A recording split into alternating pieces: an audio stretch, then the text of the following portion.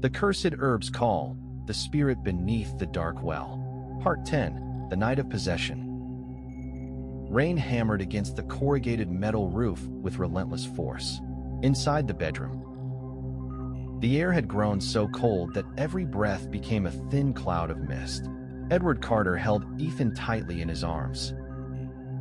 But the little boy never looked at him. His eyes remained fixed on the window, completely black, unblinking. Outside, the two figures still stood motionless, the man with the slit throat, and the little boy with pitch-black eyes, wearing the same unsettling smile. Tap, tap, tap. The knocking on the glass continued. Slow, steady, patient, as though they already knew that sooner or later someone would open the window. Mr. Carter. Lily's voice shook uncontrollably. She had collapsed onto the floor, tears streaming down her face. Please, save my son. Edward didn't know what to do. He had lived through nearly an entire lifetime. He had heard countless ghost stories and old village legends, but never had he witnessed anything like this. Then, Ethan suddenly laughed. Giggle. Giggle. The sound wasn't the laughter of a child. It was rough, broken, as though another throat were making the sound for him. Slowly, he raised his head, looking directly at Edward. Mr. Carter. Edward's entire body jerked. It was the first time Ethan had ever called him by name. A child barely 18 months old couldn't possibly remember that. Open the window. The voice still wasn't Ethan's. Brother Daniel is so cold. Brother Noah is cold too. With every word, the room grew even colder. Edward stumbled backward. Who are you? The little boy tilted his head. A slow smile spread across his face. Noah. The moment Lily heard that name, she broke down sobbing. No, please. Ethan laughed again. I'm so cold. Mom, where are you? Now the voice sounded exactly like a frightened little child, but his eyes were still nothing but black voids.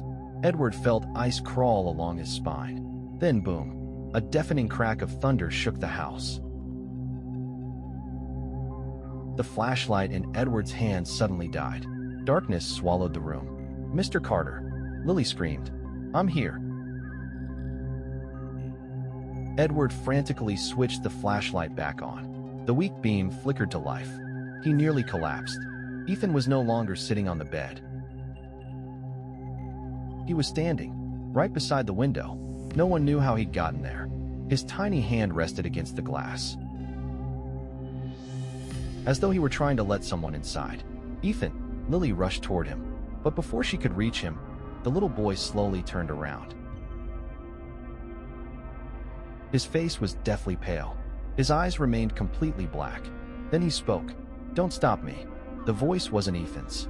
It wasn't Noah's either. It belonged to a grown man. Hoarse, broken, like someone whose throat had been cut open. Edward froze. He recognized that voice. It was Daniel. Tap, tap. The knocking outside the window suddenly stopped. Silence filled the room. Only the rain remained. Then thump, thump. Heavy footsteps echoed across the tin roof. Slow, deliberate. They moved steadily toward the old skylight, then stopped. Everything became quiet again. A moment later, another sound drifted down the hallway. Clang, metal striking metal. Then again, clang. Edward's heart pounded violently. The sound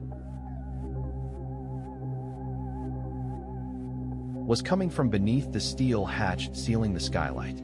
Clang, clang, as though someone was knocking from underneath. Lily buried her face in her hands. I'm so scared. Edward was trembling too, but he knew he couldn't abandon them. Then he remembered the old lottery woman's warning. If you hear someone calling in the night, don't answer. He looked at Ethan. Then toward the window. The two figures had disappeared, but somehow, he knew, they hadn't left. They were still inside the house, somewhere, watching. Waiting. Without warning, Ethan collapsed onto the floor. His entire body convulsed. Ethan, Lily rushed over and held him. The little boy began crying. But the sound was wrong. One moment, it was the cry of a child. The next, it sounded like a grown adult. Then he opened his eyes, staring toward the ceiling. "Brother Daniel," he whispered. "Don't pull me." An icy gust swept through the room. The bedroom door slowly began closing by itself. Creak, creak, slam. The door crashed shut. Lily screamed. At that exact moment, a child's laughter echoed from the end of the hallway. Giggle, giggle. Then came a tiny voice. "Mom." Both adults froze.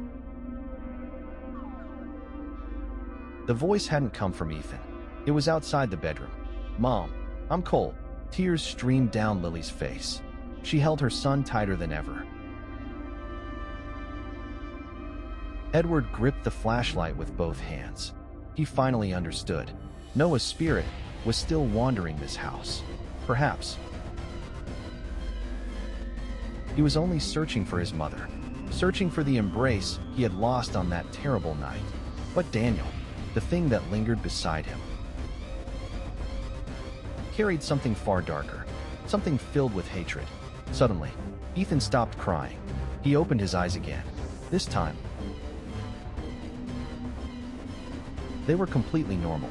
"Mom, I'm here. I'm here." Lily sobbed as she embraced him.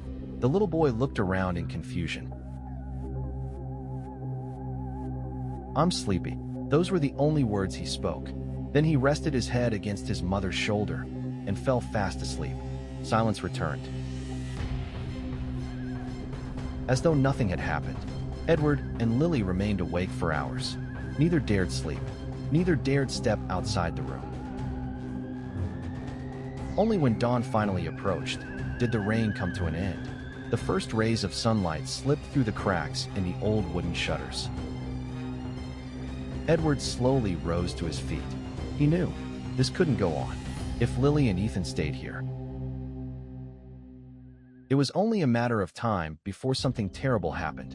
He looked toward the end of the hallway, toward the sealed skylight. A decision slowly formed in his mind. The hatch had to be opened, because perhaps only by uncovering the secret buried beneath that well would the two restless spirits finally leave.